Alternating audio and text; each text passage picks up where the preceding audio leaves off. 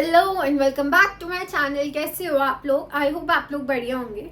जो आज की वीडियो है इसमें हम अपना अकाउंट्स का स्टार्ट करेंगे, बट मैं फर्स्ट चैप्टर से स्टार्ट नहीं कर रही हूँ। मैं आज आपका जो हमारा 14 चैप्टर है क्लास 11th का, दैट इज डिप्रिसिएशन, उसके साथ स्टार्ट कर रही हूँ। बिकॉज ये जो वीडियो है बेसिकली मैंने क्लास 11th के लिए नहीं बनाई है, ये सबके लिए है जिन लोगों को भी डिप्रिसिएशन चैप्टर में प्रॉब्लम आ रही है। जैसे कि कुछ बैचलर स्टूडेंट्स है या जो मास्टर्स के स्टूडेंट है, उनको इस चैप्टर में जो भी प्रॉब्लम आती है उसके लिए मैं इसको कवर कर रही हूँ। या जो नॉन कॉमर्स बैकग्राउंड के लिए, उनके लिए ये चैप्टर मैं बेसिकली कवर कर रही हूँ। क्लास 11th वाले अगर इस वीडियो को देख रहे हैं तो वो इसको एज ए रिविजन पर्पज से देख सकते हैं, बट उनके लिए मैं बहुत जल्द इसके ऊपर भी वीडियोस लेकर आऊंगी और अकाउंट्स की वीडियोस भी जो है वो स्टार्ट कर दूंगी। मोस्ट प्रोबेबली जो मेरी नेक्स्ट वीडियो होगी अकाउंट्स की, उसमें मैं आपको पूरा अकाउंटिंग कवर करूंगी। ठीक है, क्या अकाउंट्स क्या होता है, क्या उसके करेक्टरिस्टिक्स है, फीचर्स, नेचर्स, वो मैं नेक्स्ट वीडियो में मोस्ट प्रोबेबली कवर करूंगी। बट अभी हम हमारे चैप्टर के साथ स्टार्ट करते हैं, दैट इज डिप्रिसिएशन। ठीक है, सो डिप्रिसिएशन को समझने से पहले आपको 3-4 चीजें समझना जरूरी है।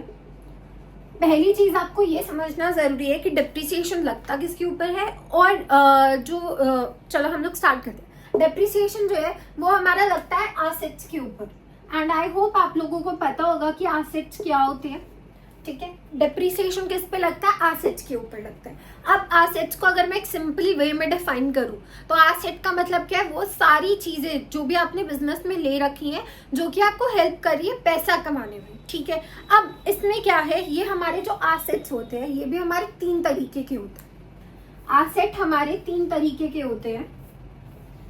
पहला एसेट होता है हमारा करंट एसेट।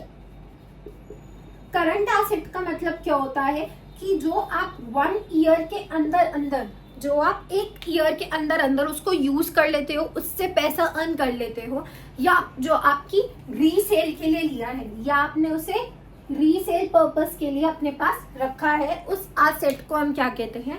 करंट एसेट कहते हैं। ठीक है, इसका अगर मैं एग्जांपल दूं, आपके डेटर्स, जो आपके डेटर्स होते हैं वो आपके 1 साल के अंदर अंदर क्या है, आप उनको यूज कर लेते हो, मतलब आप उनसे पैसा ले लेते हो।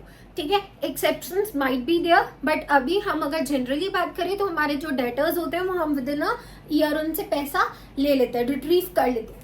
Then we have non current assets.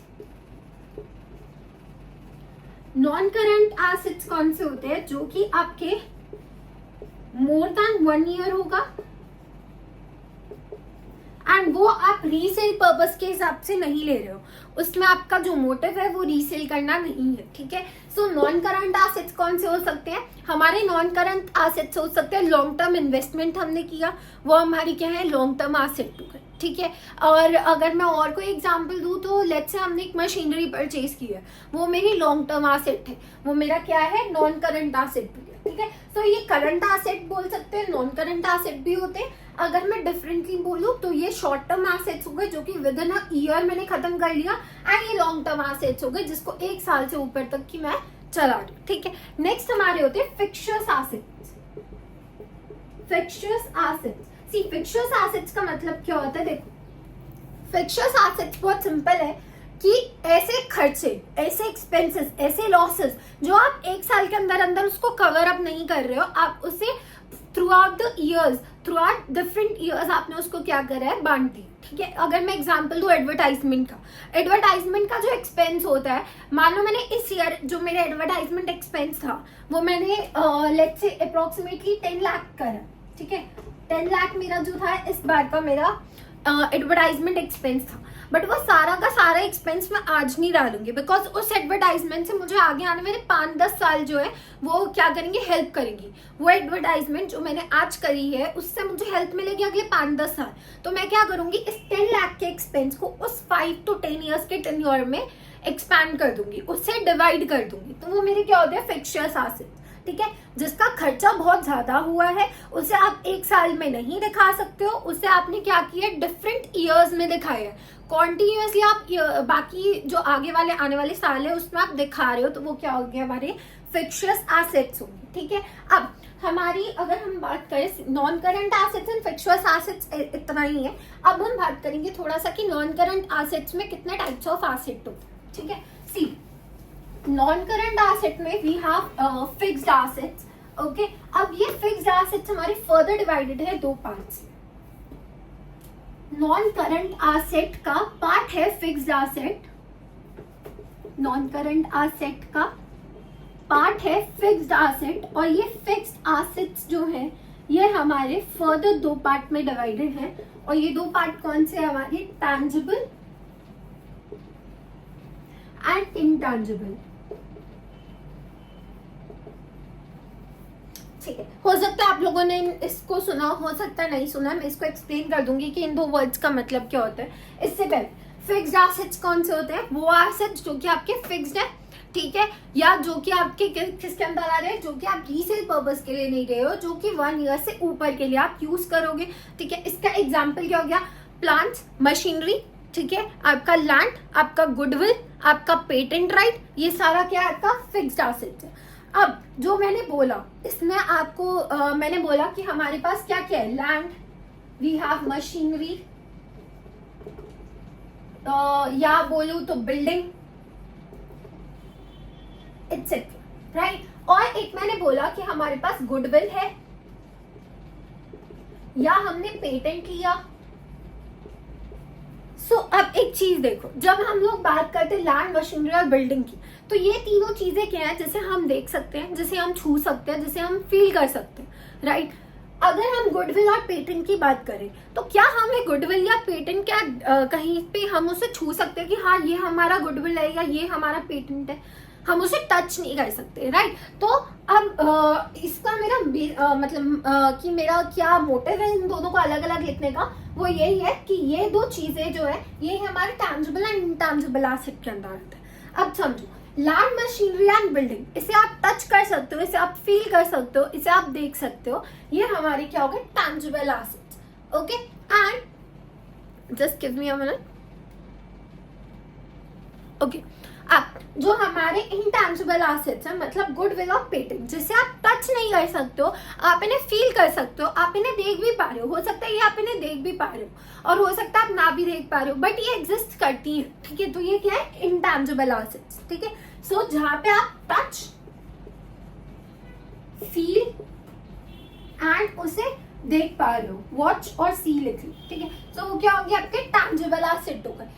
Land, machinery, building, intangible asset जिसे आप देख सकते हो और यू कैन फील इट, या उसकी प्रेजेंस आपको बता रही है कि हाँ मैं यहाँ पे हूँ, बट आप उसको देख नहीं सकते हो, तो वो क्या होती है, हमारी इंटैंजिबल एसेट्स होती है, ठीक है। Example goodwill, patent. एक और एग्जाम्पल सी, हो सकता है कि जो आपका जो आपने अपना एक कंप्यूटर है, जो आप कंप्यूटर यूज कर रहे हो, राइट, वो फिक्स्ड एसेट्स है। ऐसा तो नहीं है कि आप अपने कंप्यूटर को हर 1-2 साल बाद बदल दोगे, ठीक है। अपग्रेडेशन आती है, सॉफ्टवेयर अपग्रेडेशन आती है, आप उसको अपग्रेड कर रहे हो, उसके सॉफ्टवेयर को अपग्रेड कर रहे हो, बट क्या आप उसके पूरा फिजिकल जो आपका एक लैपटॉप है या जो आपका कंप्यूटर है उसे अपग्रेड नहीं करते हो ना, हर 1 या 2 साल में। उसको टाइम लगता है, उसको अपग्रेड करने में आप लोग क्या करते हो, टाइम लगाते हो सकता है 4-5 साल यूज कर लिया, फिर वो डिप्लीट हो गया, अब उसमें न्यू टेक्नोलॉजी आ गई तो आपने उसको फिर बदला, राइट। अब जो आपका कंप्यूटर है, कंप्यूटर में हमारे पास 2 चीजें होती हैं, हार्डवेयर एंड दूसरा होता है सॉफ्टवेयर, राइट। सो हार्डवेयर जो है वो हमारा क्या हो गया, वो सारा टैंजिबल में आ गया, क्योंकि आप कंप्यूटर की स्क्रीन को टच कर सकते हो, उसके माउस को टच कर सकते हो, उसको फील कर सकते हो। वेयरएज इंटैंजिबल एसेट में हमारा सॉफ्टवेयर आ गया, क्योंकि आप उसके अंदर जो कंप्यूटर के अंदर स्क्रीन के अंदर जो चल रहा है उसे आप टच तो नहीं कर सकते, उसे आप क्या है, सिर्फ फील कर सकते हो, उसे सिर्फ देख सकते हो, अच्छा ये वाला सॉफ्टवेयर जो है मेरे ये काम कर पा रहा है, राइट। अब हम आते हैं अपनी नेक्स्ट चीज पे। देखो डेप्रिसिएशन क्या होता है, अब हम समझते हैं कि डेप्रिसिएशन क्या होता है। डेप्रिसिएशन का मतलब क्या है कि आपके जो एसेट है, आप अपने एसेट को यूज कर रहे हो, ठीक है, अपने 4-5 साल 10 साल जितना भी ईयर आप उसको यूज कर रहे हो। अब अगर आप किसी चीज को यूज करते हो, क्या उसमें वियर एंड टियर नहीं होगा, क्या वो चीज खराब नहीं होगी, क्या वो चीज पुरानी नहीं होगी, ऑब्वियसली होगी। वो एसेट को जब आप यूज कर रहे हो तो वो क्या होगा, वो खराब होगा, वो पुराना होगा, उसमें रिपेयर्स लगेंगे, बहुत सारी चीजें होती है, राइट। अगर मैंने एक मशीनरी परचेज की है आज, मशीनरी छोड़ो, अगर मैंने आज एक कार परचेज की है, लेट्स से 15 लाख की मैंने आज एक कार परचेज की है, क्या 10 साल बाद भी उसका रेट 15 लाख रहेगा, नहीं, उसका रेट क्या है, डिप्लीट होगा, उसका रेट क्या है, डिप्रिसिएट होगा। क्यों? क्योंकि मैंने उस कार को रोड पे चलाया भी है, ठीक है। अगर लेट्स से मैं उसको चलाती भी नहीं हूँ, मैंने उसको वैसे ही खड़ा कर रखा है या बहुत रेयरली उसको यूज कर रही हूँ for like let's say 5 years, क्या उसकी वैल्यू तब भी कम नहीं होगी? उसकी वैल्यू तब भी कम हो जाएगी। आफ्टर 5 years अगर मैं उसको यूज करूँ, ज्यादा यूज करूँ, कम यूज करूँ, इट डजंट मैटर, उसकी वैल्यू कम होगी क्योंकि वियर एंड टियर होगा, ठीक है। खड़ी खड़ी कार भी क्या होती है, कई बार उसमें स्क्रैचेस लग जाते हैं, तो वो वियर एंड टियर कहीं ना कहीं हो रहा है। हो सकता है यूज की वजह से हो सकता है एफ्लिक्स ऑफ टाइम की वजह से हो। एफ्लिक्स ऑफ टाइम क्या होता है? Wear and tear I guess आपको समझ आ गया होगा कि आपने गाड़ी को चलाया या कोई भी आपका एसेट है उसको आप रन कर रहे हो, उससे क्या हुआ, वो खराब हुआ, उसके ऊपर जो है स्क्रैचेस लगे, आपके मशीनरी में अगर चलते चलते जो ऑयलिंग है, बेल्ट खराब हो गई, ऑयलिंग कम हो गया, ये सब क्या है, ये वियर एंड टियर का पार्ट है। बट एफ्लक्स ऑफ टाइम क्या कहता है कि टाइम के साथ साथ वो चीज खराब हो रही है, टाइम के साथ साथ वो चीज क्या है, डिप्लीट होती जा रही है। सो वो क्या होता है, एफ्लक्स ऑफ टाइम होता है। अब डेप्रिसिएशन का मतलब आएगा, आपको समझ आ गया कि आपका डेप्रिसिएशन क्या है, कि आपने कोई भी आपके पास जो एसेट है उसको आप यूज कर रहे हो, तो उसमें क्या उसकी वैल्यू जो है वो डिक्रीज हो रही है, ठीक है। तो उसे हम क्या कहते हैं, डेप्रिसिएशन। वेरी सिंपल, आपका एसेट है, उसको आपने यूज किया, उसकी जो वैल्यू है वो क्या है, कम होती जा रही है दिन ब दिन, ठीक है। ओवर द ईयर्स वो क्या है, कम होती जा रही है, वो इसका मतलब क्या हो गया, ये डेप्रिसिएट हो रहा है। अब डेप्रिसिएशन में भी हमारा जो डेप्रिसिएशन है ये हमारा सिर्फ और सिर्फ only on fixed tangible assets पे लगता है। फिर से बोलूंगी कि ये क्या है, हमारा डेप्रिसिएशन किस पे लगता है, सिर्फ और सिर्फ फिक्स्ड टैंजिबल एसेट्स के ऊपर लगेगा। किस पे लगेगा, सिर्फ और सिर्फ फिक्स्ड टैंजिबल एसेट्स के ऊपर लगेगा। इनटैंजिबल एसेट्स इसमें काउंट नहीं किए जाते हैं, ठीक है। अब फिक्स्ड टैंजिबल एसेट्स याद करो, अभी मैंने थोड़ी देर पहले बताया कि टैंजिबल एसेट क्या होते हैं, वो एसेट जिन्हें आप देख सकते हो, छू सकते हो, महसूस कर सकते हो, वो सारी हमारी क्या होती है, टैंजिबल एसेट होती है। एग्जाम्पल मैंने बताया था फिक्स्ड टैंजिबल एसेट का example land, machinery, building. Usually हम मशीनरी एंड प्लांट लेते हैं, ठीक है। प्लांट एंड मशीनरी यूजुअली हम ऐसे इसको लेके चलते हैं। अब सुनो, अब हमने बात की कि हमारा डेप्रिसिएशन जो है वो फिक्स टैंजिबल एसेट्स पे लगेगा। There is an exception. Exception क्या है, आपका लैंड जो है ये फिक्स टैंजिबल एसेट जरूर है, बट इसके ऊपर हमारा क्या है, डेप्रिसिएशन नहीं लगता है, इस पे हमारा डेप्रिसिएशन नहीं लगता है।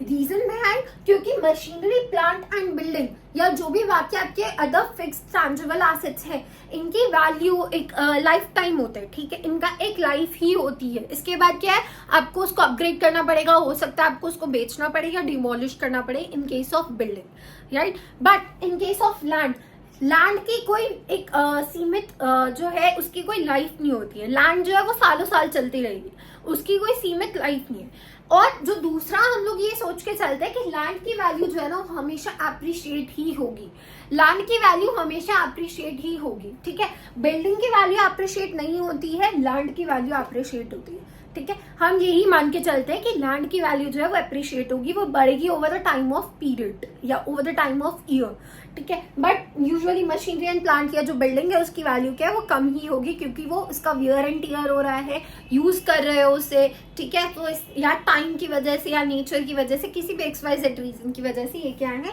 ये डेप्रिसिएट ही होंगी। बट हम लोग ये सोच के चलते हैं कि लैंड जो है वो अप्रिसिएट होगी। आई गेस इतना क्लियर होगा। अब हमारे पास डेप्रिसिएशन में दो और चीजें आती है। एक हमने पढ़ा कि डेप्रिसिएशन क्या है, एक हमने बात की कि डेप्रिसिएशन सिर्फ फिक्स्ड एसेट्स के ऊपर लगेंगी एक्सेप्ट लैंड, ठीक है। दूसरी चीज हमारे पास आती है अमोर्टाइजेशन।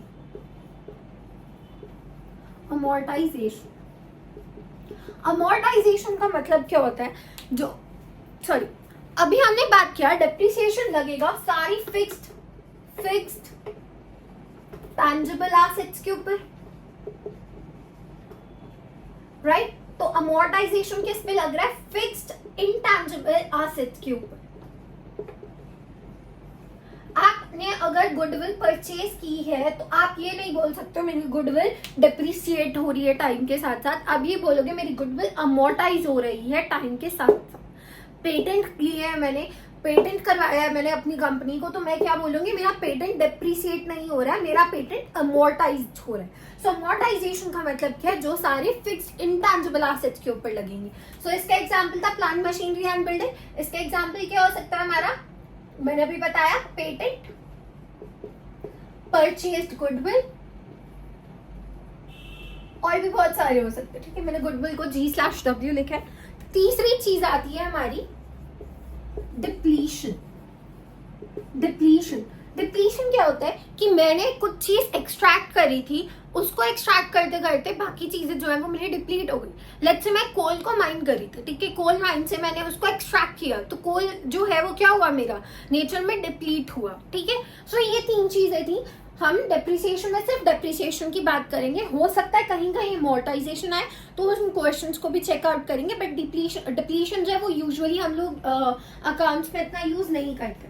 ठीक है, अब हमारे कॉजेज आपको बता दिए मैंने, हो सकता है वियर एंड टियर हो या इफ्लक्स ऑफ टाइम हो। ठीक है, अब इसके बाद जो हमारा नेक्स्ट कंसेप्ट आता है डिप्रिसिएशन में, वो ये है कि क्या फैक्टर्स या क्या प्रोविजंस है जिनके बेसिस पे हम लोग डिप्रिसिएट करते हैं या कैसे हम डिप्रिसिएशन करते हैं, हम अब उसको समझेंगे। ओके, सो जो हमारे फैक्टर्स या बेसिस ऑफ प्रोवाइडिंग डिप्रिसिएशन क्या है, इसमें सबसे पहला जो फैक्टर हमें देखना होता है डिप्रिसिएशन चार्ज करने समय कि हमारी कॉस्ट ऑफ एसेट क्या है, हिस्टोरिकल कॉस्ट ऑफ एसेट क्या है। देखो, जब भी आप कोई भी मशीनरी या कोई भी नई चीज परचेज करते हो, उस केस में क्या होता है, हो सकता है जब आपने मशीनरी परचेज की हो, लेट्स से उसका जो प्राइस था, जो आपको शॉपकीपर ने बोला कि आप मुझे 70,000 पे कर दो। अभी हम एग्जाम्पल ले लेते हैं, किसी मशीनरी को मैंने परचेज किया है, मशीनरी एक्स में परचेज कर रही हूँ, उसकी वैल्यू क्या है, मेरी 70,000। इसको मेरे को अपने प्लांट में इंस्टॉल करते करते या उसको उस जगह से जहाँ पे वो प्रोड्यूस हुई थी मशीनरी या जहाँ से मैं उसको खरीद कर लाई हूँ, वहां से मेरे प्लांट तक पहुंचाते समय 10,000 ऐसे लग गए। ठीक है, इसे हम बोलते हैं फ्राइट कॉस्ट, इसे हम फ्राइट की कॉस्ट बोलते हैं। ठीक है, फ्रेट कॉस्ट भी बोलते हो। और लेट से 5,000 मेरे लग गए इंस्टॉलेशन के, 5,000 मैंने इंस्टॉलेशन फीस दी। ठीक है, अब इस केस में क्या होगा कि हम जो वैल्यू है हमारी, जो अकाउंट्स में हम जो वैल्यू देखेंगे वो हम 70,000 नहीं देखेंगे कि मेरी मशीनरी की वैल्यू 70,000 नहीं है, क्योंकि इसमें पैसे और भी लगे हैं। 10,000 मेरे फ्रेट के लगे हैं, 5,000 इंस्टॉलेशन के लगे हैं। तो मेरी मशीनरी की कॉस्ट क्या होगी, मेरी मशीनरी की कॉस्ट होगी 85,000 ना कि 70,000। इतनी चीज समझ आई। तो हमारा हिस्टोरिकल कॉस्ट ऑफ एसेट क्या कहता है, हमारा हिस्टोरिकल कॉस्ट ऑफ एसेट कहता है कि आप क्या करो, जो आपने परचेज प्राइस लिया that was my 70,000 plus freight या अदर कॉस्ट डालो दैट इज 10,000 रुपीज, एंड जो आपके इंस्टॉलेशन कॉस्ट है जो कि मेरे 5,000 थे वो इसमें ऐड करो, जो टोटल होगा उसके ऊपर आप क्या है डिप्रिसिएशन लगाओगे। ठीक है, या वो आपकी क्या होगी, historical cost of an asset होगी। अब इसमें एक क्वेश्चन आता है, मैम मैंने जब अपनी मशीनरी परचेज की, यूजुअली बिजनेस में क्या होता है, जब हम कोई भी चीज परचेज करते हैं हम उसमें जीएसटी पे करते हैं या कोई भी टैक्स पे कर रहे हैं। सो लेट्स से अब आप मुझसे क्वेश्चन पूछ रहे हो, मैम मैंने जीएसटी पे की, अब वो भी इसमें ऐड होगी हिस्टोरिकल कॉस्ट में? नहीं, वो इसमें नहीं ऐड होगी, बिकॉज जब आप जीएसटी पे कर रहे हो उसको आप सेट ऑफ कर सकते हो, right. GST input and output का सेट ऑफ हो जाता है, तो इसलिए वो क्या है, वो इसमें नहीं आएगा। जो भी चीज आपकी डेबिट हो रही है किस में, मशीनरी अकाउंट में, वो सारी की सारी आपकी हिस्टोरिकल कॉस्ट में आएंगी। अब एक्सपेंस किए हैं जी, हमने कुछ और एक्स्ट्राऑर्डिनरी एक्सपेंस कर दिया, ठीक है, वो क्या इसमें आएंगे?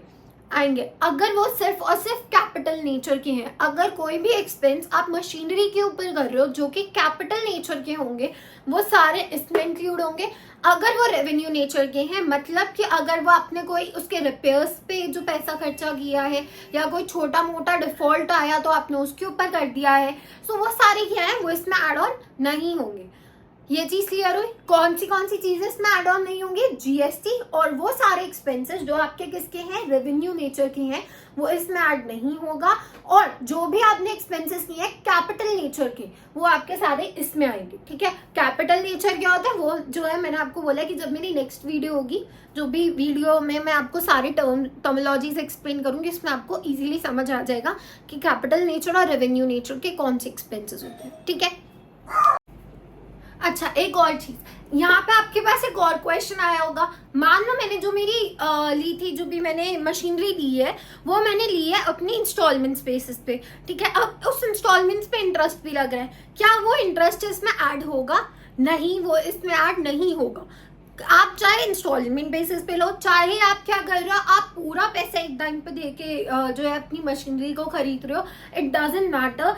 आपके पास जो है एक्सपेंसेस कौन से इंक्लूड होंगे, जो आपने इसकी फ्राइट पे लगाए हैं, या सॉरी जो आपने इसकी इंस्टॉलेशन कॉस्ट है वो, या जो एक्सपेंसेस आपके कैपिटल नेचर के हैं, वही सारे एक्सपेंसेस जो है इसमें ऐड होंगे। इसके अलावा कुछ ऐड नहीं होगा, ना जीएसटी, ना इंस्टॉलमेंट्स, ना कोई जो आपका कोई भी एक्सपेंस है जो रेवेन्यू नेचर का है, वो कुछ भी ऐड नहीं होगा। अब हमारे पास जो सेकंड फैक्टर है वो आता है कि आपका एस्टिमेटेड रेजिड्यूल या स्क्रैप वैल्यू क्या होगी।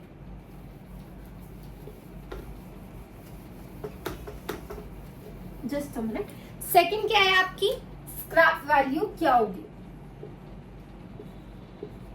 देखो स्क्रैप वैल्यू क्या होता है, मान लो आज मेरी मशीनरी, वही सेम एग्जांपल लेते हो, मैंने ली 70,000 की मशीनरी, उस पर एडिशनल खर्चा कर दिया 15,000 का। वही सेम एग्जांपल लेके चल रही हूँ, मेरी आज मशीनरी की कॉस्ट हो गई, दैट मीन्स मेरी मशीनरी की कॉस्ट क्या, 85,000।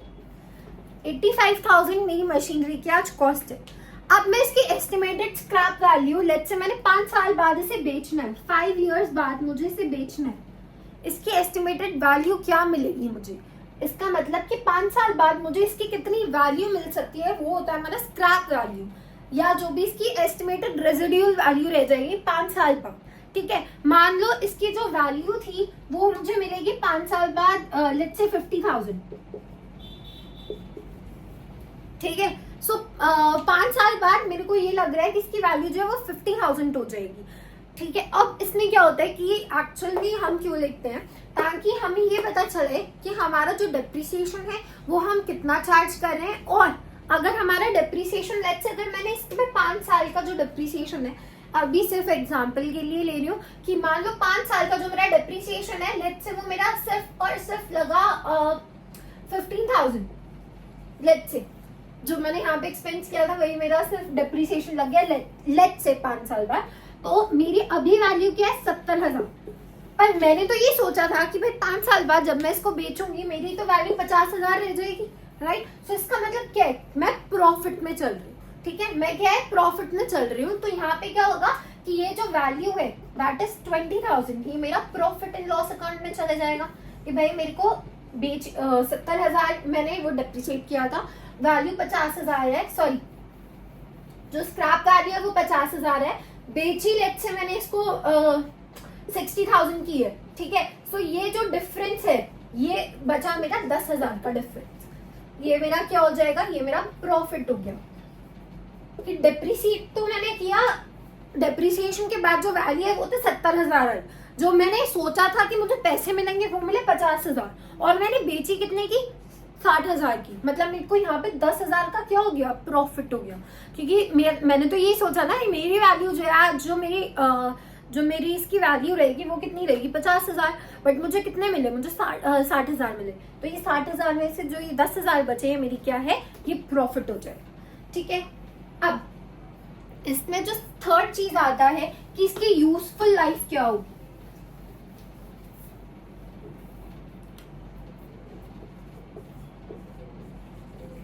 यूजफुल या इकोनॉमिक लाइफ क्या होगी। अब यूजफुल या इकोनॉमिक लाइफ का मतलब क्या होता है, देखो यूजफुल या इकोनॉमिक लाइफ का मतलब है कि कितने साल मेरी ये जो मशीनरी है या जो मेरा प्लांट है वो कितना साल चलेगा।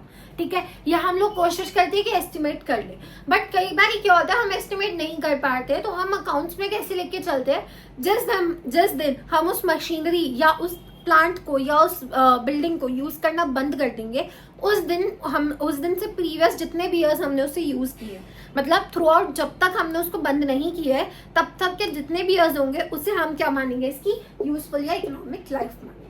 ये क्लियर हुआ। अब एक छोटा सा क्वेश्चन मैं आपको दिखा रही हूँ जिसमें आपको पता चल जाएगा कि हमारा जो है जीएसटी और ये सब ऐड नहीं होता है, और इसमें हम लोग 2-3 जर्नल एंट्रीज पास करके देखेंगे, ठीक है। एंड सेकेंड वीडियो जो होगा उसमें मैं आपको और डिटेल में बताऊंगी। अभी इसको मैं बस एक क्वेश्चन करा के और कितने टाइप्स ऑफ डिप्रिसिएशन के मेथड है वो मैं आपको करा के इसको यहीं पे एंड करूंगी, बिकॉज ये वीडियो थोड़ी लंबी होती जा रही है, राइट। सो अभी एक क्वेश्चन देखते हैं, बहुत सिंपल क्वेश्चन है, इसमें कुछ नहीं करना है, जो मैंने अभी आपको बताया इसी के बेसिस पे, ठीक है। क्वेश्चन क्या कहता है, क्वेश्चन जो है, मैं क्वेश्चन जो है आपको टीएस गरेवाल से करवा रही हूँ, अकाउंट्स की जो क्लास 11th की बुक है टीएस गरेवाल, मैंने वहीं से आपको क्वेश्चंस कराऊंगी। और ये क्वेश्चन की जो फोटो है वो मैं आपको आपकी स्क्रीन के ऊपर आ जाएगी, या फिर मैं कोशिश करूंगी कि जो मैं क्वेश्चन करा दूँ उसके बाद आपके स्क्रीन के ऊपर प्रॉपर्ली दिख जाए। सो ये कहता है कि मेहताब ने परचेज किया एक मशीनरी ऑन 1 अक्टूबर 2018 को।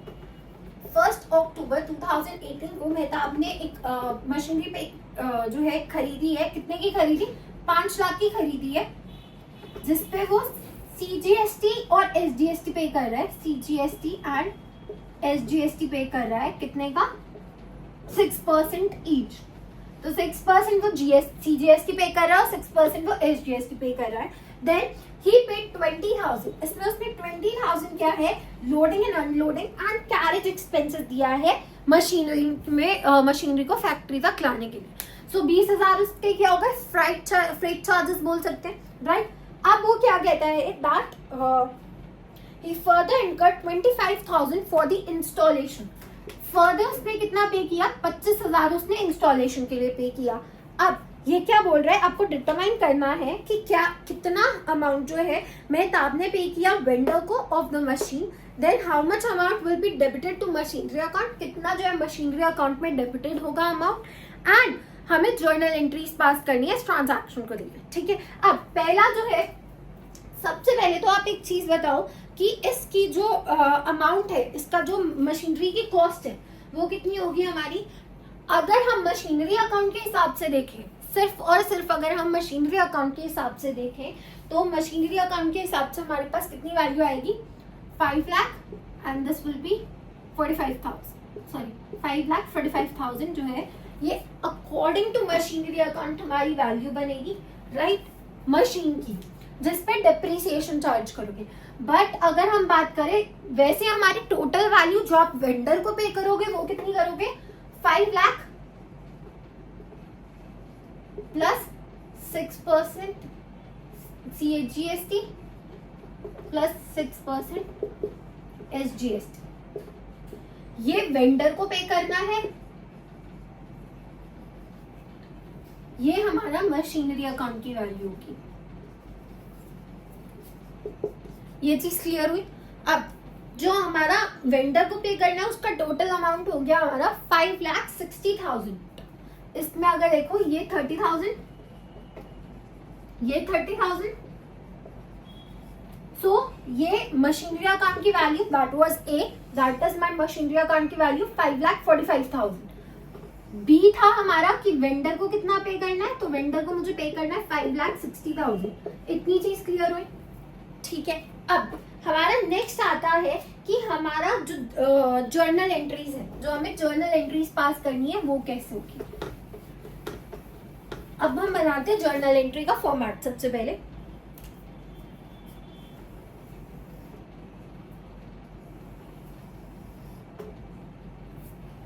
सबसे पहले जो होता है हमारा होगा डेट, पर्टिकुलर्स,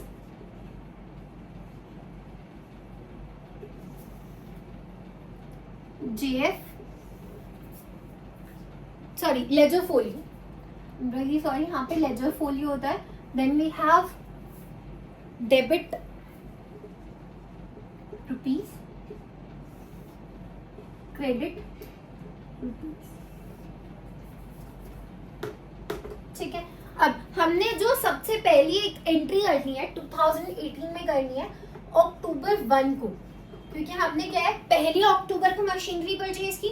अब इसमें क्या होगा, see machinery account debit, machinery account debit input. तो हम लोग क्या देते हैं कि machinery account debit input credit, input CGST account debit 6% आगे लिख लेना, रुको, input CGST account @ 6% debit input SGST account.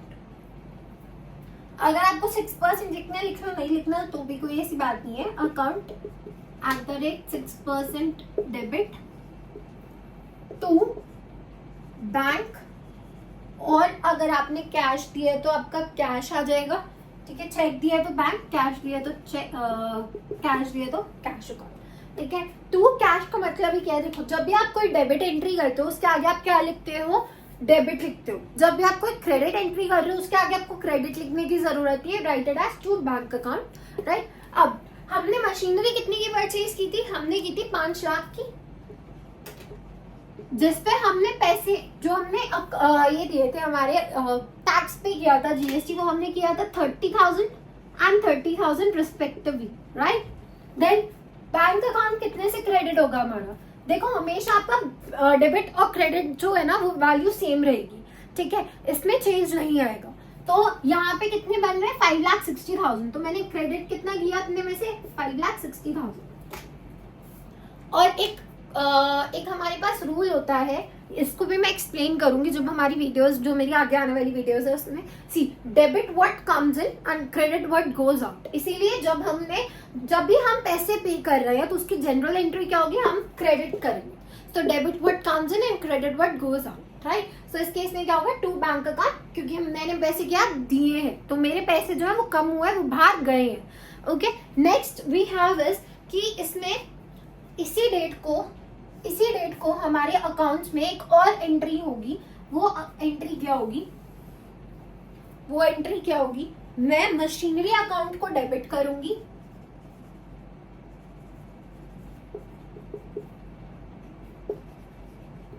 और यहाँ पे हम जो हमारा कैश या बैंक अकाउंट है उसे क्रेडिट करूंगी टू कैश और बैंक अकाउंट। अब ये क्यों किया, याद करो जब मैंने अपनी 5 लाख की मशीनरी खरीदी थी उस पे मैंने 45,000 एज इंस्टॉलमेंट एंड फ्रेट वगैरह मिला के जो है इस बंदे ने क्या किया था, अपना मशीनरी को इंस्टॉल करवाया था। तो यहाँ पे क्या होगा, मशीनरी अकाउंट मेरा 45,000 से डेबिट हो जाएगा, और ये पैसे मैंने उस इंस्टॉलिंग करने वाले बंदे को दिए हैं, तो क्या हो जाएंगे 45,000 मेरे यहाँ पे क्रेडिट हो जाएंगे। अब यूजुअली हम ये क्या होता है, इसके नीचे ना एक हमारा ऐसे लिखा जाता है, being machinery purchase, being new machinery purchase या मशीनरी परचेज, ये आपको लिखनी होती है नरेशन, ठीक है। और यहाँ पे आप सिंपली लिख दोगे being freight charges paid, being installation charges paid, ठीक है। तो ये आप लिख सकते हो। ये हमारी थी जर्नल, जो हमारी जर्नल बुक बनेगी। अब एक क्वेश्चन है कि लेजर फोलियो हमने यहाँ पे क्यों लिखा है, इसका मतलब होता है लेजर फोलियो।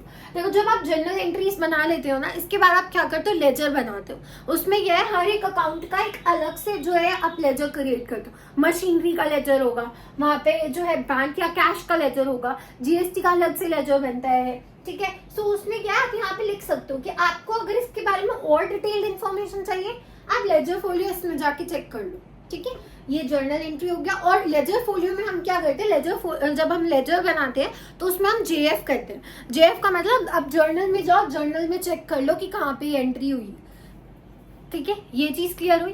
अब हम बात करते हैं कि हमारे पास कितने मेथड्स होते हैं रिकॉर्ड करने के लिए डेप्रिसिएशन।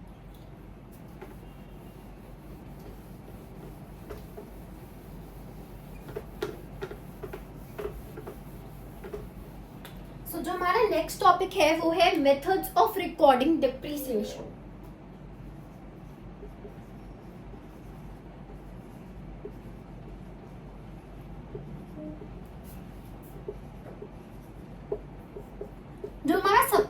तरीका होता है ना वो है कि इसमें हम क्या कर रहे हैं, व्हेन डेप्रिसिएशन इज चार्ज्ड, ठीक है, when depreciation is charged,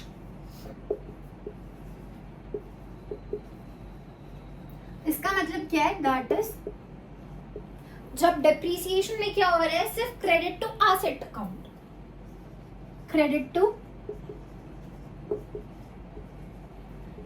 asset account. देखो इस वाले केस में क्या होता है, जो आपका ये केस है दैट जब आप डेप्रिसिएशन सीधा चार्ज कर रहे हो, ठीक है, इसमें क्या है, आपने मशीनरी परचेज की, मशीनरी अकाउंट बनाया, मशीनरी अकाउंट नाम में लिखा इस डेट को मैंने मशीनरी परचेज की है, इसके बाद दूसरी तरफ क्या करो, क्रेडिट बैलेंस आपका चलता जा रहा है, आपने डेप्रिसिएट किया, फिर उसको नीचे लेकर आए। इसका मैं एक एग्जाम्पल आपको दे देती हूँ, वेट,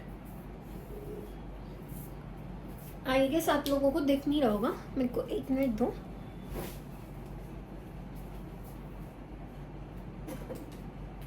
ओके, सो मैं ये बोल रही थी कि इस केस में क्या होता है आपका, यूजुअली जो ये वाला केस है इसमें आपका जो आपका अकाउंट है वो डायरेक्ट क्रेडिट कर दिया जाएगा, बस एक बार ही आप डेबिट जो है उसको यूज करते हो, बाद में आप क्या सिर्फ क्रेडिट को ही यूज करोगे।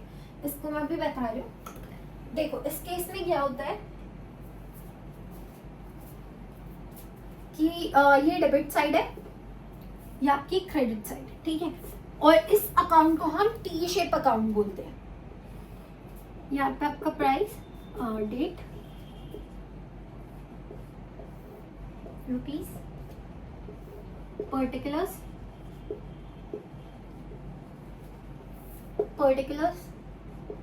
And rupees, sorry date. Let's say मैंने 2020 में 1 अप्रैल में एक मशीनरी परचेज की, ठीक है, तो यहाँ पे क्या आ जाएगा, machinery, wait, to bank account,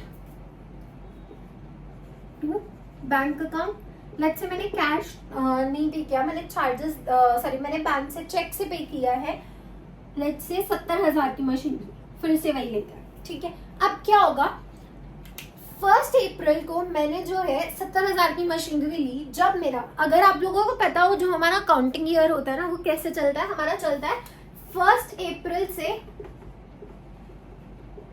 31 मार्च तक, 31 मार्च, 1 अप्रैल से 31 मार्च तक हमारा क्या होता है, हमारा काउंटिंग ईयर चलता है। यूजुअली जो हमारा कैलेंडर ईयर है वो जनवरी टू दिसंबर चलता है, बट जो हमारा काउंटिंग ईयर है वो है 1 अप्रैल टू 31 मार्च, ठीक है। सो अब आपको ये याद रहेगा, आई होप। तो हमारा क्या होगा, अब मैंने क्या किया, 2020 1 अप्रैल को एक मैंने मशीन ली 70,000 की। अब क्या होगा, अगले साल जब मेरा नेक्स्ट काउंटिंग ईयर स्टार्ट होने वाला होगा, उससे पहले 31 मार्च को मैं क्या करूंगी, यहाँ पर डेप्रिसिएशन लगाऊंगी, यहाँ पे क्या आएगा, बाय डेप्रिसिएशन अकाउंट आएगा। अब इसमें क्या है, लेट्स से मैं लगा रही हूँ @10% डेप्रिसिएशन जाएगा, ठीक है।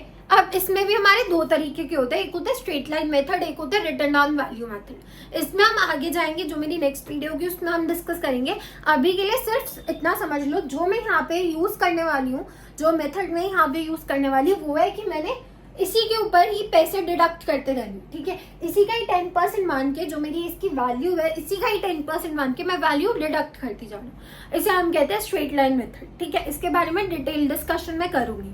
अब बाय डेप्रिसिएशन अकाउंट 10%, 70,000 का 10% क्या हुआ, 7,000, यहाँ पे मेरा क्या आया, 7,000, ठीक है। अब मैं क्या करूंगी, 31 मार्च को ही मेरी एक और जनरल एंट्री पास होगी, क्योंकि मैंने आपको बताया था कि डेबिट एंड क्रेडिट साइड दोनों इक्वल होने चाहिए। ये इक्वल नहीं है, इसका मतलब क्या, आपकी कहीं ना कहीं गड़बड़ हो रही है। अब आप बोलोगे मैम यहाँ पे आपने बोला कि अगर ये इक्वल नहीं है तो गड़बड़ हो रही है, बट इस केस में क्या होता है, 70,000 7,000, अब जो बाकी का अमाउंट है आप उसको कैसे लिखोगे, बाय बैलेंस कैरिड डाउन, कि आप क्या करोगे, जो बैलेंस है इसे मैं अगले साल में क्या कर रही हूँ, कैरी फॉरवर्ड कर रही हूँ। सो यहाँ पे कितने बचे मेरे पास पैसे, 63,000, राइट। यहाँ पे 70,000, यहाँ पे 70,000। अब मेरा इक्वल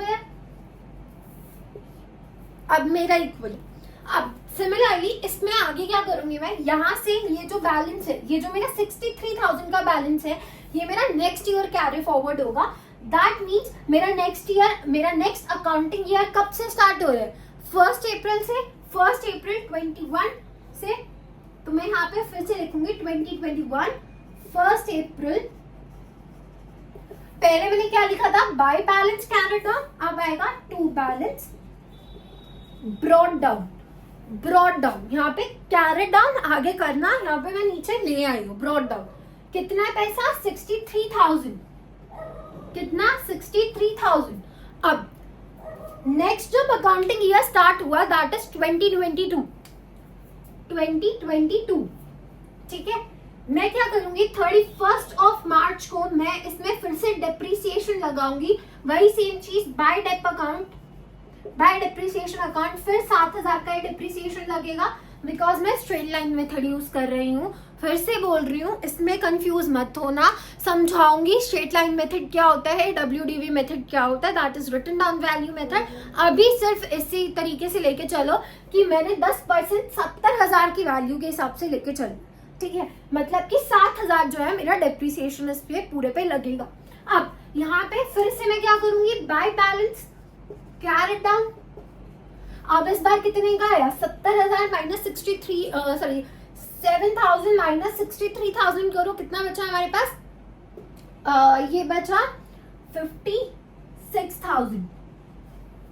56,000, राइट। सो अब यहाँ पे क्या होगा, फिर से मेरे पास यहाँ पे कितने बचे, 63,000, यहाँ पे कितने बचे, 63,000।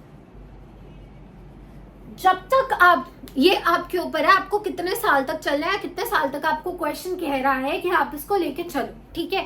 अब मान लो मैं इसको सेल कर दूंगी तो मेरा यहाँ पे क्या है, अकाउंट बंद हो जाएगा। सेल की मैंने करी, बट अगर प्रॉफिट हुआ तो इधर, लॉस हुआ तो इधर, ठीक है। जो भी है वो मैं आपको आगे डिस्कस करवा, मतलब अच्छे से एक्सप्लेन करूंगी कि प्रॉफिट और लॉस किस तरफ जाएगा, और P&L अकाउंट में भी उसकी जो है वो एंट्री होगी, ठीक है। अभी बस इतना समझो, ये तब तक चलेगा जब तक आपको क्वेश्चन कह रहा है, या जब तक आप उसको सेल नहीं कर देते हो, ठीक है, तब तक ये जो है ऐसे ही चलता रहेगा।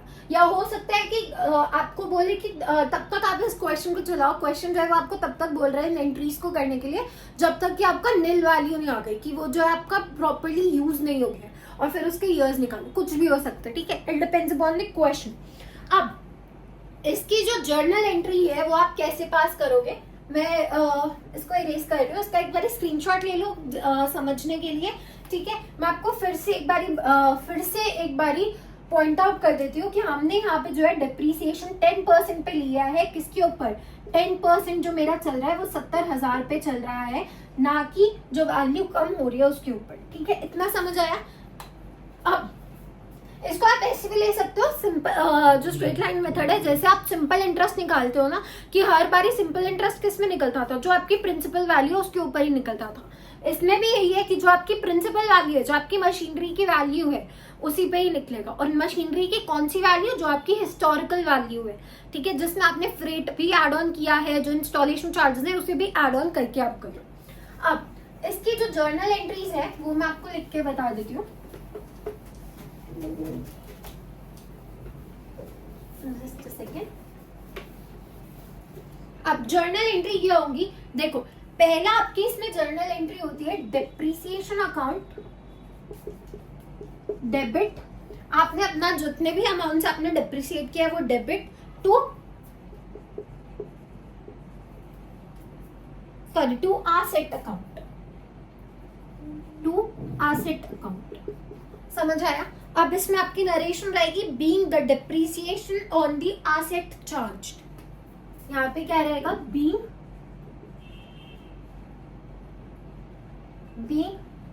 डेप्रिसिएशन ऑन एसेट चार्ज्ड, ठीक है, ये आपकी सबसे पहली एंट्री होगी। और दूसरी एंट्री होगी profit and loss account, profit and loss account debit to date account, to depreciation account. और इसकी एंट्री क्या रहेगी, being depreciation charge to profit and loss account, being depreciation being depreciation transferred to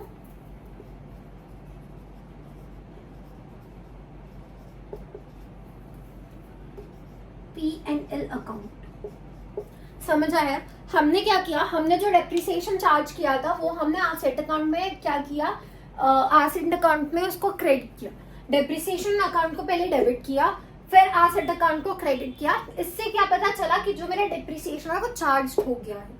इसके बाद profit and loss account को मैंने debit किया और फिर जो डेप्रिसिएशन अकाउंट है उसको क्रेडिट किया। इसका रीजन क्या था कि जो मैंने डेप्रिसिएशन है उसे क्या कर दिया, प्रॉफिट एंड लॉस में कर दिया। देखो, जब भी आपकी वैल्यू अगर कम हो रही है इसका मतलब क्या हो रहा है, आपके पास लॉस हो रहा है। बट ये जो लॉस होता है ना, ये आपका पैसों के मामले में नहीं हो रहा है, ठीक है। सो इसीलिए जब आप 12th में जाओगे, जब आप लोग CFS करोगे, that is cash flow statement करोगे, तो उसमें आप क्या करते हो, डिप्रिसिएशन को यूजुअली नॉन कैश एक्सपेंसेस में लिख लेते हो, क्योंकि आपका कैश में एक्सपेंस नहीं हो रहा है। ये एक्सपेंस है बट ये पैसों में नहीं है, आपका पैसा कम नहीं हो रहा है, ठीक है। आपकी वैल्यू कम हो रही है बट वो आपका एक्चुअल में आपके हाथ से तो पैसे नहीं जा रहे हैं ना। सो इसलिए हम क्या अकाउंट्स में से एक नॉन कैश एक्सपेंस लेके चलते हैं। इसलिए हमने क्या किया, इसको फटाफट से प्रॉफिट एंड लॉस में हमने इसको लॉस में दिखा दिया, ठीक है। अब ये तो थी हमारा पहला कि जब आप डेप्रिसिएशन चार्ज कर रहे हो दैट इज सीधा क्रेडिट टू एसेट अकाउंट कर देते हो। अब क्या होता है, कई बार हम ना क्या करते हैं, प्रोविजन बना लेते हैं, या हमारा क्या होता है डेप्रिसिएशन जो है वो हम लोग एक्यूमुलेट कर लेते हैं कि फॉर द यूजफुल लाइफ जितना भी डेप्रिसिएशन है उसको एक्यूमुलेट कर लेते हैं। हम बाद में एक ही बारी में उसको जो है कर लेंगे, जैसे हमें बेचना है या उसकी वैल्यू खत्म हो गई है, जो उसकी लाइफ है वो खत्म हो गई है, हम उसको बाद में जो है माइनस कर लेंगे जितना भी डेप्रिसिएशन है अपनी अमाउंट निकालने के लिए, ठीक है। वो भी केस होता है। तो अब हम सेकेंड केस में चलते हैं, इसके फटाफट से स्क्रीनशॉट ले लो ना। सेकंड कहता है when depreciation is charged, when depreciation is credited to provision for debt, और हम क्या करते हैं, accumulated depreciation जो है वो यूज करते हैं। एक्यूमुलेटेड डिप्रिसिएशन अकाउंट में जो है हम लोग क्या कर रहे हैं, क्रेडिट कर रहे हैं। ये दो केसेस थे हमारे कि जो सबसे पहला है, पहला मेथड क्या, आपने डिप्रिसिएशन सीधा क्रेडिट किया एसेट अकाउंट में। दूसरा है कि आपने क्या किया, प्रोविजन फॉर डिप्रिसिएशन अकाउंट बनाया हुआ है, या जो आपका एक्यूमुलेटेड डिप्रिसिएशन अकाउंट है उसमें क्रेडिट कर दो, ठीक है। प्रोविजन क्या होता है, प्रोविजन होता है, देखो कई बार ये ऐसा होता है कि कंपनी ये सोच के चलती है कि जितना हमारा प्रॉफिट्स हुआ है, मान लो कि किसी कंपनी का 10 करोड़ जो है वो प्रॉफिट हुआ है। अब वो क्या करेगी, इसमें से कुछ तो वो अपने शेयर होल्डर्स को दे देगी, कुछ तो जो उसके शेयर होल्डर्स हैं उसको दे देगी। अब जो बाकी के बचे हुए हैं प्रॉफिट वो अपनी कंपनी में वापस लगाती है। वो कंपनी में वापस कैसे लगाएगी, हो सकता है उसके ऑपरेशंस में लगा रही हो सकता है कि वो क्या कर रही हो, एक प्रोविजन बना रही हो, ठीक है। अगर आपको मैं सजेस्ट करूंगी कि आप किसी भी कंपनी की अगर वेबसाइट में जाओगे तो वो क्या अपनी फाइनेंशियल स्टेटमेंट शो करते हैं, उसमें आप एक बार जाके देखना, वहां पे लिखा होगा प्रोविजन फॉर डिप्रिसिएशन या प्रोविजन फॉर किसी अदर अकाउंट्स के लिए, provision for debtors, provision for creditors, ऐसे करके उन्होंने प्रोविजन बनाए होते हैं। अब प्रोविजन का मतलब क्या होता है कि आपने क्या किया, आपको पता है कि आगे चल के आपके हो सकता है लॉसेस हो सकता है आपको कुछ और चीज हो, तो आपने क्या किया, उसमें कुछ अमाउंट जो है ना आपने रिजर्व करके रख लिया ऑलरेडी, ठीक है। वो होती है आपकी प्रोविजन। अब प्रोविजन फॉर डिप्रिसिएशन में क्या है, आप देखो प्रोविजन फॉर डिप्रिसिएशन क्या कहता है, इसमें जैसे हम पहले क्या कर रहे थे, पहले हमने एक अकाउंट बनाया, हमने क्या किया, बैंक अकाउंट, फिर टू बैंक अकाउंट करके, फिर by depreciation account and then by balance carried down, ऐसे करते। इस केस में क्या होगा, जो आपका अकाउंट बनेगा इसमें क्या होगा, आपने एसेट अकाउंट बनाया, आपने क्या करना है, आपने इस केस में आपने इस केस में क्या करना है, आपने इस केस में डायरेक्टली जो आपका एसेट अकाउंट बने जो आपका प्रोविजन फॉर डिप्रिसिएशन अकाउंट बनेगा उसमें आप ये सारी डालोगे। सो आपने इसमें वो झंझट नहीं करना कि भाई हमने जो है हमारा एक अकाउंट बनाया, उसमें यहाँ पे लिखा बैंक अकाउंट, फिर हमने कर दिया बाय प्रोविजन टू बाय जो हम कर रहे थे by depreciation account credit and then balance कर। यहाँ पे क्या होगा, by provision for depreciation account credit होगा, then by balance carry down हो जाएगा, ठीक है। यहाँ पे जो एसेट की वैल्यू है आपकी वो कम नहीं होगी, आपकी इस केस में एसेट की वैल्यू कम नहीं होती है। आप डेप्रिसिएशन जो एक्यूमुलेट करते रहते हो, उसको एक जगह इकट्ठा करी जा रहे हो। एट द एंड जब आपने उसको यूज कर लिया, जब आपका वो खत्म हो गया, उसको क्या कर लोगे, माइनस कर लोगे, ठीक है। अब इसकी जो जर्नल एंट्री है वो कैसे पास होती है, अब देखो इसमें क्या होगा, depreciation account, depreciation account debit, depreciation account debit to provision for depreciation account, to provision for depreciation account, ठीक है। यहाँ पे क्या है, इसका मतलब है being depreciation on assets charged, being depreciation on assets charged. Next जो आपकी जर्नल एंट्री होगी वो क्या होगी, सेकंड जर्नल एंट्री होगी आपकी profit and loss account debit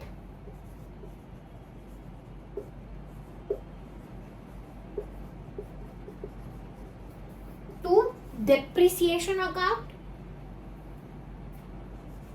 to dep account. अब यहाँ पे क्या हुआ, that what we are doing है कि डेप्रिसिएशन जो है हमारा ट्रांसफर हो गया किसमें, प्रॉफिट एंड लॉस अकाउंट में, ठीक है। अभी एक क्वेश्चन अराइज होता है कि अगर हमारी जर्नल एंट्रीज में देखो ज्यादा डिफरेंस नहीं हुआ है, पहले क्या होता था depreciation account debit to the asset account, तो यहाँ पे बस प्रोविजन फॉर डेप्रिसिएशन अकाउंट आ गया एंड सेकंड जर्नल एंट्री हमारी सेम है। बट जो डिफरेंस आता है वो किस में आता है, देखो जब आप फर्स्ट वाला मेथड यूज कर रहे हो तब आपको सिर्फ 2 अकाउंट्स बनाने हैं। जब आप फर्स्ट वाला मेथड यूज कर रहे हो आपको सिर्फ 2 अकाउंट्स बनाने हैं। वो 2 अकाउंट्स कौन से हैं कि आपका जो मशीनरी या जो आपका एसेट अकाउंट है वो बनेगा एंड एक डेप्रिसिएशन अकाउंट बनेगा, एक डेप्रिसिएशन अकाउंट बनेगा। और इस केस में क्या होता है, आपका एक एसेट या जो आपकी मशीनरी अकाउंट है वो बनेगा, ठीक है। आपका डेप्रिसिएशन अकाउंट बनेगा, आपका प्रोविजन फॉर डिप्रिसिएशन अकाउंट भी बनेगा।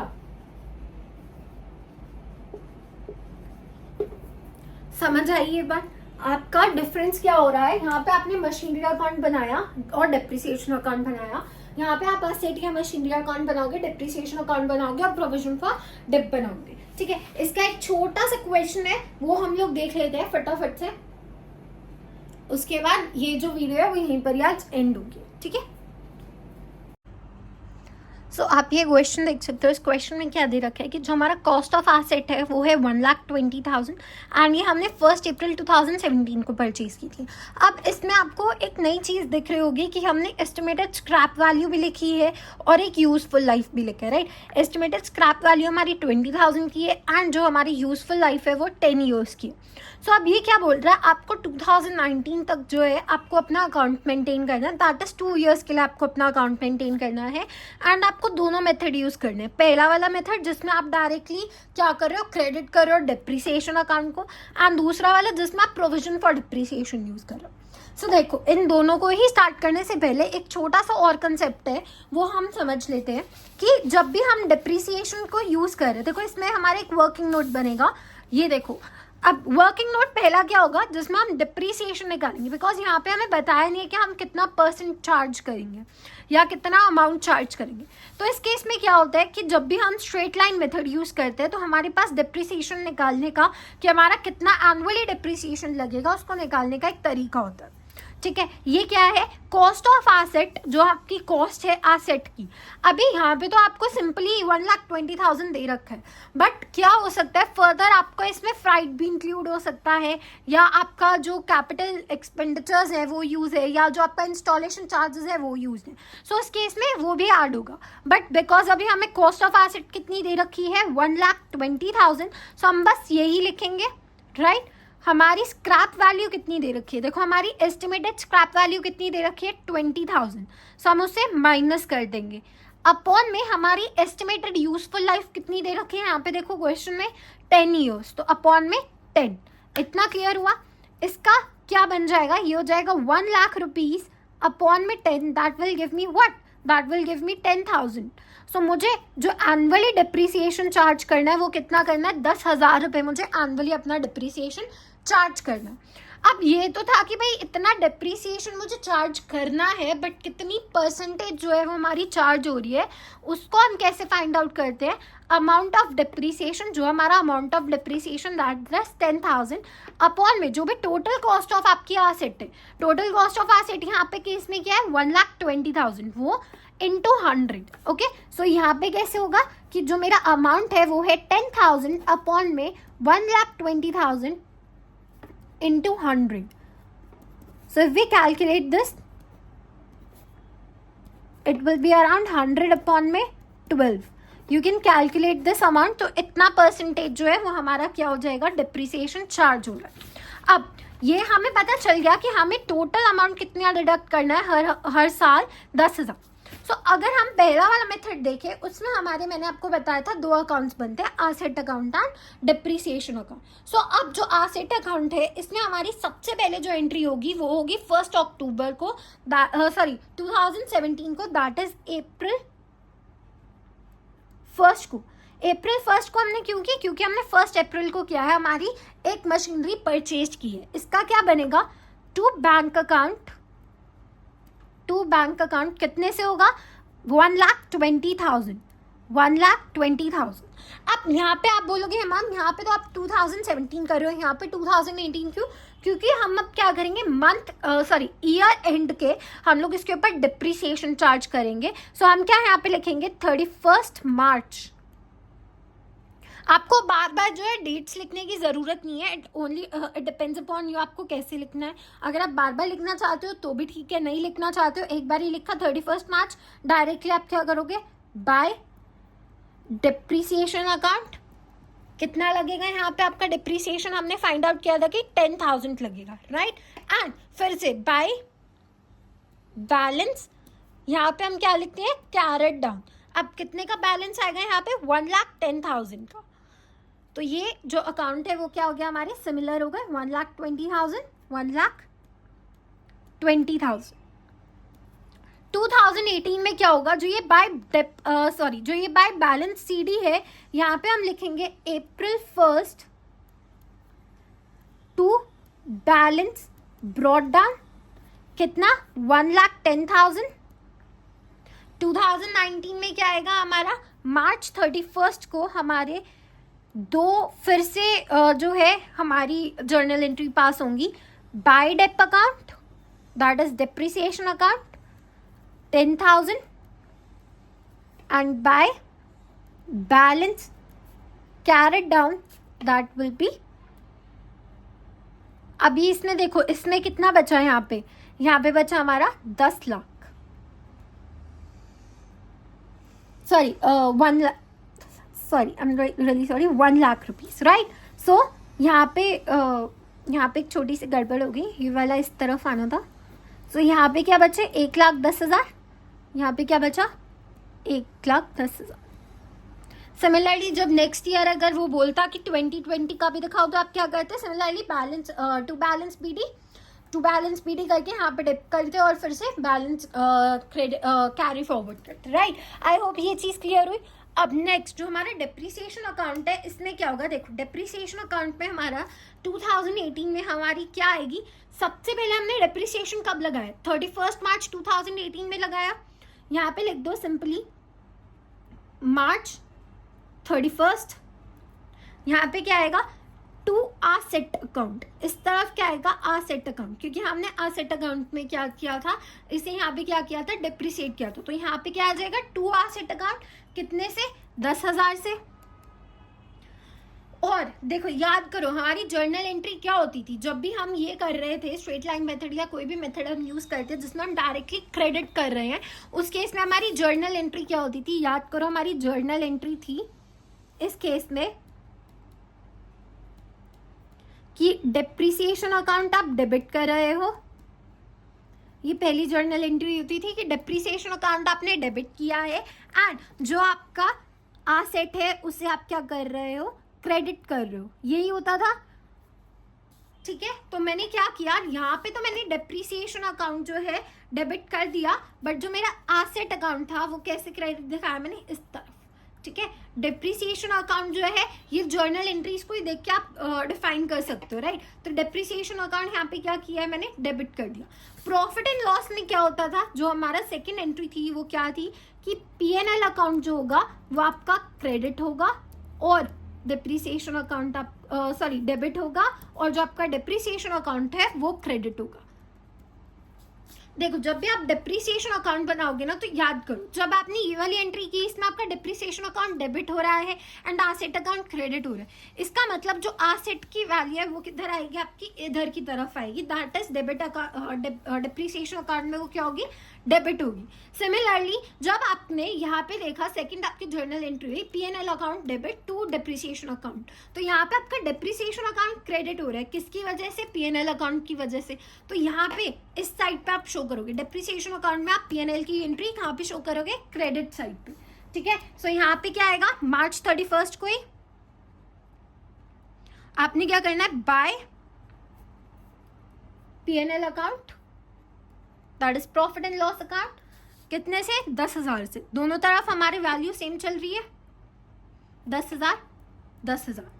नेक्स्ट आएगा आपका 2019 में March 31 को ही सिमिलर एंट्री आएगी, same to asset account, once again 10,000। Similarly March 31 by P&L account कितना, फिर से हमारा क्या आएगा, 10,000।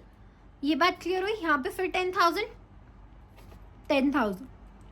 ये चीज क्लियर हुई, ठीक है। हमने क्या किया, फिर से एक बार एक्सप्लेन कर रही हूँ बहुत सिंपली, कि हमने क्या किया, सबसे पहले हमने देखा हमारी जर्नल एंट्री क्या थी, डिप्रिसिएशन अकाउंट मेरा डेबिट होगा, आसेट अकाउंट क्रेडिट होगा। तो जब मैं डिप्रिसिएशन अकाउंट बनाऊंगी इस केस में मैं क्या करूंगी, मेरे आसेट अकाउंट को क्रेडिट डेबिट साइड पे लिख दूंगी, ठीक है। डिप्रिसिएशन अकाउंट में मैं क्या करूंगी, जो मेरी एंट्री क्रेडिट हो रही है उसे मैं डेबिट साइड पे लिखूंगी जब मैं डिप्रिसिएशन अकाउंट बना रही हूँ, ठीक है। सिमिलरली इस केस में क्या किया कि हमारा डेप अकाउंट क्रेडिट हो रहा है, वेयरएज जो हमारा P&L अकाउंट है वो क्या हो रहा है, डेबिट हो रहा है। तो मैं क्या करूंगी, इस डेबिट एंट्री को मैं यहाँ पे क्रेडिट साइड पे शो करूंगी डिप्रिसिएशन अकाउंट में, ठीक है। अब ये हो गया हमारा फर्स्ट मेथड, यहाँ पे हमारा फर्स्ट मेथड जो है वो कंप्लीट होता है। सेकंड मेथड में क्या है कि आपको क्या करना है, आपको एसेट अकाउंट में कुछ भी शो नहीं करना है, आपको directly balance carried down, balance brought down करना है। बस एक बार ये एंट्री होगी, वो होगी बैंक की, ठीक है। उसके बाद जो भी काम है वो आपका प्रोविजन का काम रहेगा, प्रोविजन फॉर डिप्रिसिएशन अकाउंट का काम रहेगा, एंड आपका दूसरा जो है वो डिप्रिसिएशन अकाउंट का काम रहेगा। इसमें मैंने एक छोटी सी गलती कर दी थी आपको, जब मैं आपको भी अपनी वीडियो में समझा रही थी कि जो आपका एसेट अकाउंट है उसमें आएगा provision for depreciation, but asset account में आप कोई भी जो है चेंजेस नहीं करोगे, ठीक है। अब देखो हमारा सबसे पहला जो हमारा एसेट अकाउंट में आएगा 2017 में हमारा आएगा 1 अप्रैल को, दैट इज April 1 को, वही सेम एंट्री होगी टू बैंक अकाउंट, कितने से, हमारी जो इसकी कॉस्ट है वो है 1,20,000, तो यहाँ पे 1,20,000। 2018 में क्या होगा आपका जो है 31 मार्च जो है, यहाँ पे आप लिखोगे March 31, यहाँ पे आपने क्या करना है, bye balance carried down. Similarly 1,20,000 का, यहाँ पे भी 1,20,000 और यहाँ पे भी 1,20,000। इस वाली अमाउंट को आप कैरी डाउन करोगे April 1 को ही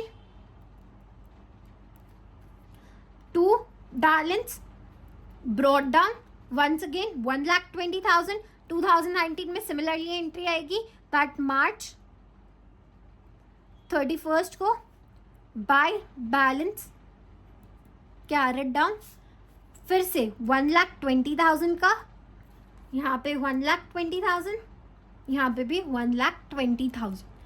ये चीज क्लियर हुई, ये हमारा एसेट अकाउंट क्रिएट हो गया। अब हम करेंगे provision for depreciation account. Provision for depreciation account में क्या होगा, हमने March 31 2018 में क्या करना है, सबसे पहले बार हमने डिप्रिसिएशन चार्ज किया, ठीक है। हम क्या करेंगे अब March 31 में हम लोग कर देंगे टू बैलेंस कैरेट डाउन, हम क्या करेंगे टू बैलेंस कैरेट डाउन, हम कितने का लगा रहे थे यहाँ पे, जो हमारा चार्ज लग रहा है वो है 10,000 का। तो मैंने प्रोविजन फॉर डिप्रिसिएशन में सबसे पहले 10,000 चार्ज किए, और उधर की तरफ दूसरी तरफ अकाउंट में क्या है मार्च 31 में मैंने कब किया, मैंने किया 10,000 डिप्रिसिएशन अकाउंट को। सो बाय डिप्रिसिएशन अकाउंट, यहाँ पे मैंने गलती कर दी है, वेट, यहाँ पे 10,000 जो है सबसे पहले हम ये लिखेंगे कि मैंने डिप्रिसिएशन अकाउंट किया, और बैलेंस कैरी डाउन क्या होता है कि जो मेरा डिफरेंस बचा, तो यहाँ पे तो कुछ आ नहीं रहा था, तो इसलिए मैंने क्या किया, बैलेंस कैरी डाउन किया। नेक्स्ट जो आपकी एंट्री होगी वो होगी अप्रैल 1 को।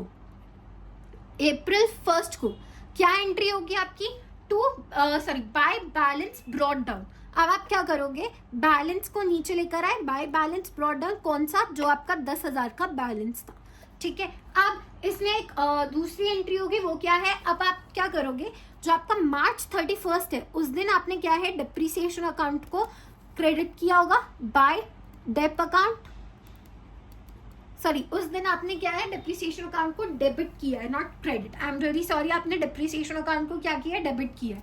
सो यहाँ पे क्या आएगा, 10,000 आपने जो डेबिट किया था वो आएगा। सो इसकी वैल्यू क्या हो गई, 20,000।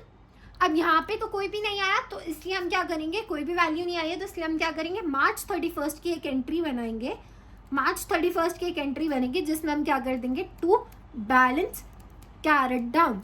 इसमें क्या आ जाएगा हमारा 20,000, तो हमारा बैलेंस साइड और जो हमारा दोनों डेबिट एंड क्रेडिट साइड है वो क्या हो गई, इक्वल हो गई, राइट, ये हो गया। अब प्रोविजन फॉर डिप्रिसिएशन अकाउंट के बाद जो है वो आपका बनेगा आपका डिप्रिसिएशन अकाउंट, ठीक है। अभी एक जर्नल एंट्री याद करो फिर से, जो हमारी प्रोविजन की जर्नल एंट्री थी, इसकी जो सेकंड एंट्री थी वो क्या थी, कि आपने क्या किया, प्रॉफिट एंड लॉस अकाउंट को डेबिट किया, फिर आपने डिप्रिसिएशन अकाउंट को क्रेडिट किया, राइट।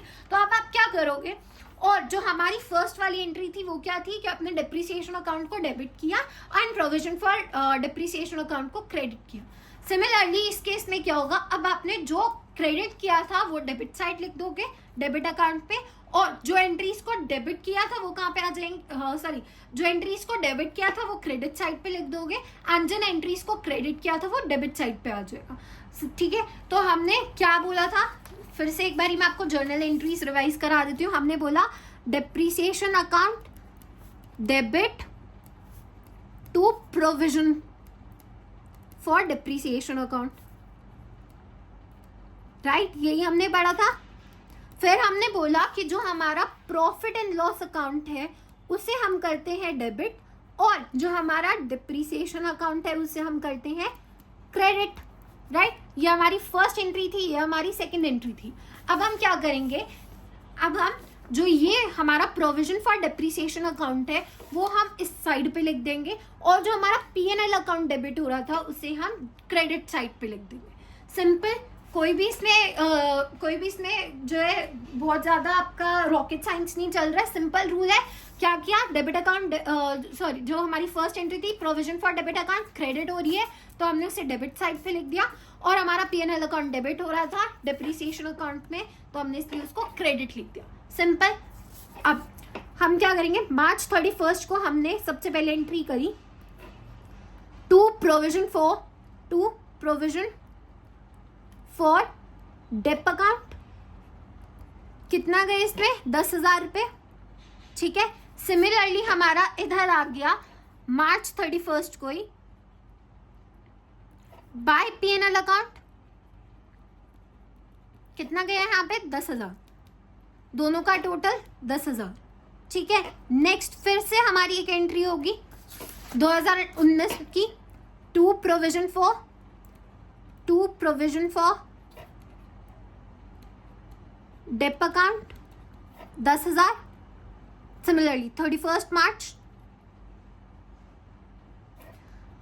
बाय P&L अकाउंट 10,000, दोनों की वैल्यू 10,000।